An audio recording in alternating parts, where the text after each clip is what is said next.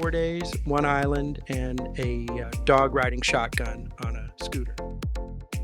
Day one starts the way most great Thai island trips do. On a boat, I didn't have to drive. The Raja Ferry runs the strait between Don Sai on the mainland and Lipa Pier here on Koh Samui, about 11 nautical miles and 90 minutes of open Gulf of Thailand water.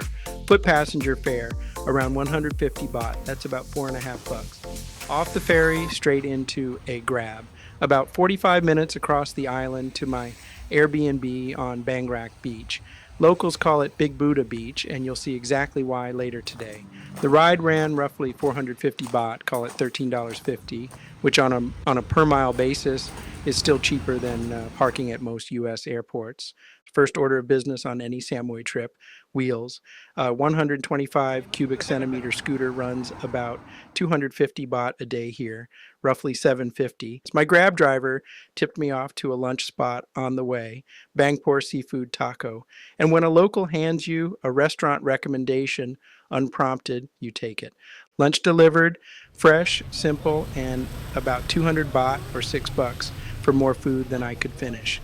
Full and slightly sunburned already, I pointed the scooter toward one of Samui's most photographed strips, Fisherman Village.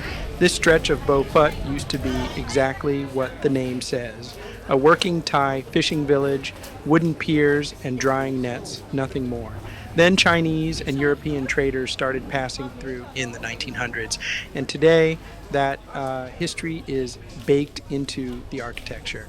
Narrow Sino-Portuguese shop houses, wooden shutters, second-floor balconies, all restored instead of bulldozed. It's one of the only parts of Samui where the old bones of the island are still standing next to the new money. Walk the main lane and you'll find art galleries tucked between massage shops, boutique jewelry stores next to noodle carts, and enough photogenic doorways to fill a memory card before dinner. Every Friday night, the whole street shuts down to traffic for a walking market, stalls, live music, the works. But I came through on a Saturday, so I got the quieter version. Shop houses open, streets calm, and none of the Friday crowds to fight through for a photo.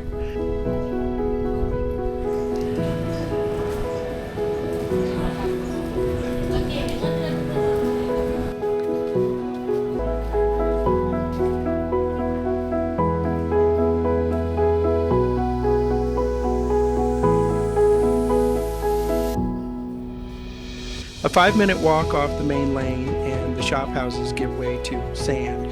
Phut Beach is calmer than the party beach reputation Samui picked up from Chaweng down the coast. Shallow water, long-tail boats bobbing just offshore, and a sunset that doesn't need a filter. And here's where the budget took a hit. El Gaucho, right on the Fisherman Village strip, is an Argentine steakhouse doing genuinely excellent cuts of imported beef, and the bill proved it. About 2,800 baht, roughly $85 for one dinner. The single most expensive meal of my entire trip. Worth it? We'll let the plate speak for itself. Fisherman Village changes personality after dark. The shop house fronts light up gold, the restaurant patios fill in, and street vendors start grilling skewers that smell better than they have any right to at 10 baht a piece. This is the version of the street I'd actually recommend timing your visit around. Daytime for the photos, nighttime for the energy.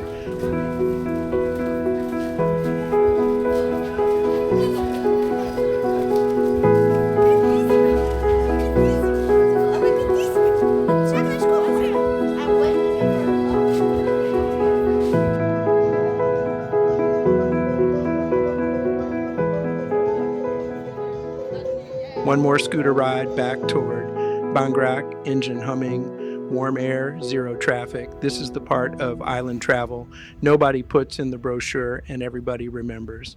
Before calling it a last barefoot walk on Bangrak Beach, quieter than Phut, fewer restaurants, more stars. Day one in the books, and I hadn't even met the reason this beach has a nickname yet. Day two opens the right way. Coffee in hand, sand underfoot, Bangrak waking up around me before the scooter traffic does. If you only get one quiet moment on this island, make it a Samui sunrise. And here's that nickname explained. Bangrak Beach is also called Big Buddha Beach. because it sits practically in the shadow of Wat Phra Yai, Koh Samui's 12-meter seated Buddha, built in 1972 and visible from boats crossing the strait long before you ever set foot on the island. You climb a Naga-flanked staircase to reach the platform, and up close, the statue is bigger and golder than any photo prepares you for. Entry is free. This is a working temple, not a ticketed attraction, though a small donation toward its upkeep is the polite move. Ring the line of temple bells on your way up for good luck, and budget more time than you think for photos, because everyone else visiting has the same idea.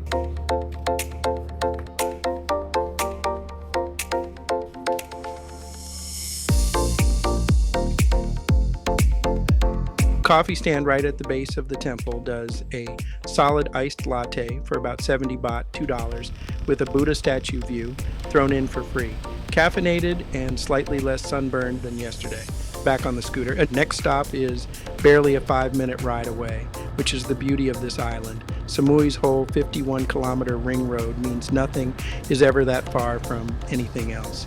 Today's route, Wat Phra Yai.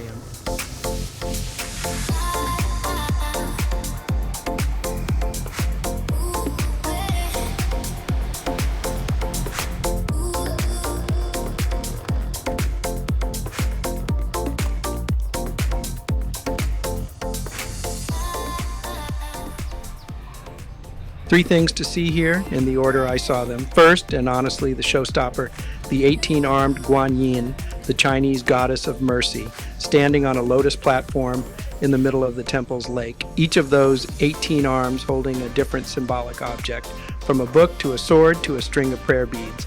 Second, the temple itself, Wat Phra Yai proper, a riot of color compared to the big Buddha's gold. Pink, teal, and turquoise dragons wrapping the roof lines, murals inside depicting the life of the Buddha. And third, tucked past the temple, a massive smiling Maitreya statue, the fat Buddha, a figure of abundance and good fortune in Chinese Buddhist tradition, and an easy favorite for a photo that actually makes people laugh instead of just nod politely. Entry here is also free. If you leave Koh Samui having seen only 2 temples, make them these 2. The big Buddha for scale, Plai Laem for color. Quick pause here. If you've got a favorite out of those 3, the goddess, the temple, or the fat Buddha, drop it in the comments. I'm genuinely curious which one wins, because it was closer than I expected standing there in person.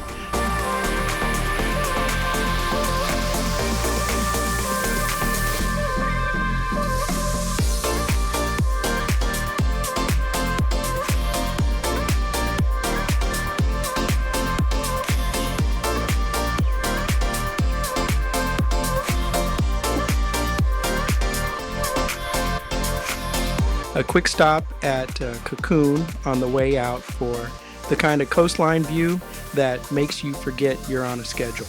Down the coast road to Laem Beach for Hinta Hin Yai, Grandfather and Grandmother Rocks. 2 naturally weathered rock formations that, through erosion, time, and a healthy dose of imagination, have taken on a shape Thai folklore turned into a legend about an old couple who drowned trying to reach their children and were turned to stone by the sea. It's free to visit, it's 5 minutes off the ring road, and yes, the rocks look exactly like what the legend says they look like. No further comment needed.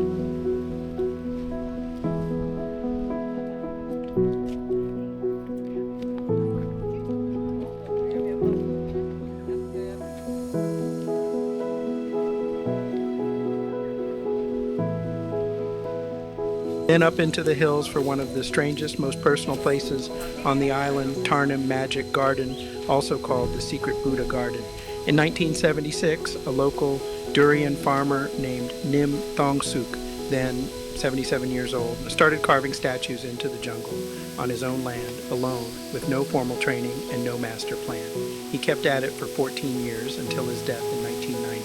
And what's left is this: dozens of stone figures, waterfalls, and Buddhist and folk imagery scattered across a hillside, half swallowed by the jungle that keeps trying to take it back. Entry runs about 80 baht, $2.50, and the road up is steep, rough, and absolutely worth it for the view alone before you even reach the statues.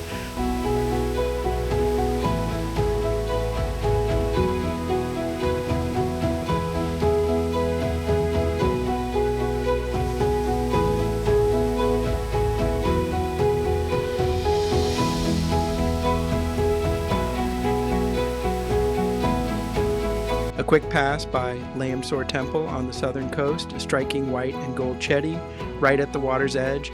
Then Thong, Krut, Pier, and Beach, Samui's low-key fishing harbor, long-tail boats lined up for trips out to the smaller islands offshore.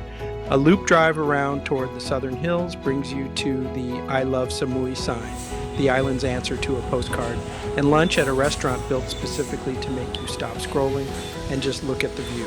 Lunch with a panorama like that, about 250 baht, 750. By this point, I was sunburned enough to double as the Big Buddha's gold paint job, and then a woman rides past on her scooter with her dog tucked into the footwell like it's the most normal commute in the world. Because on Koh Samui it is.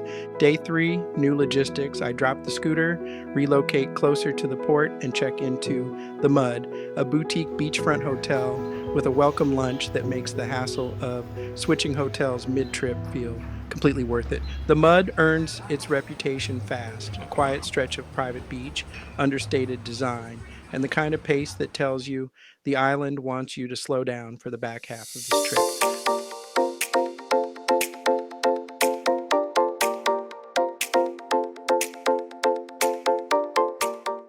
The Mud arranges a scooter delivered straight to the hotel, no dealing with a rental shop counter, and I'm off toward Silver Beach.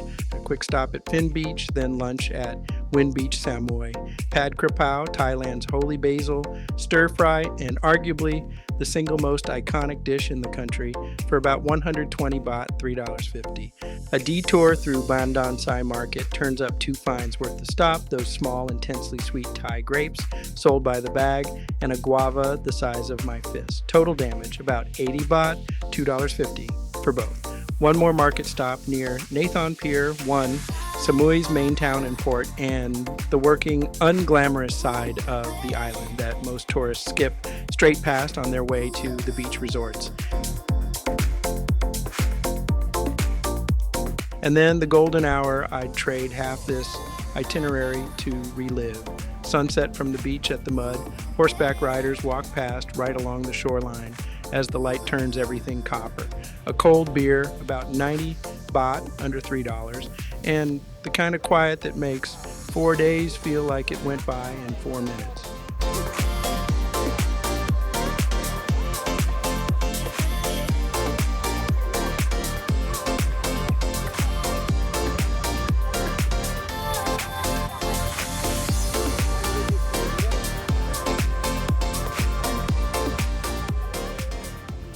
This is the moment where the whole trip clicks into place. The ferry, the sunburn, the $85 steak, all of it worth it for this.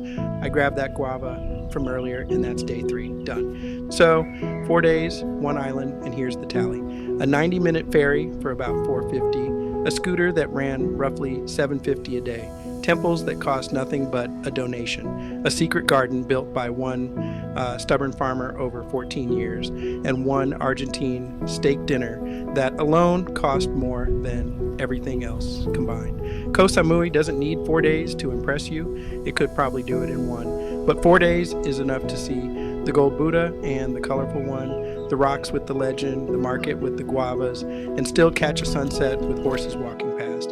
That's a complete Thai island trip, and I didn't even make it to the west coast. And if this got you looking up flights to Surat Thani, that's the job done. Like the video, subscribe if you're new here, and let me know in the comments where I should point the camera next. Until then, I'm the 360 Nomad. See you on the road.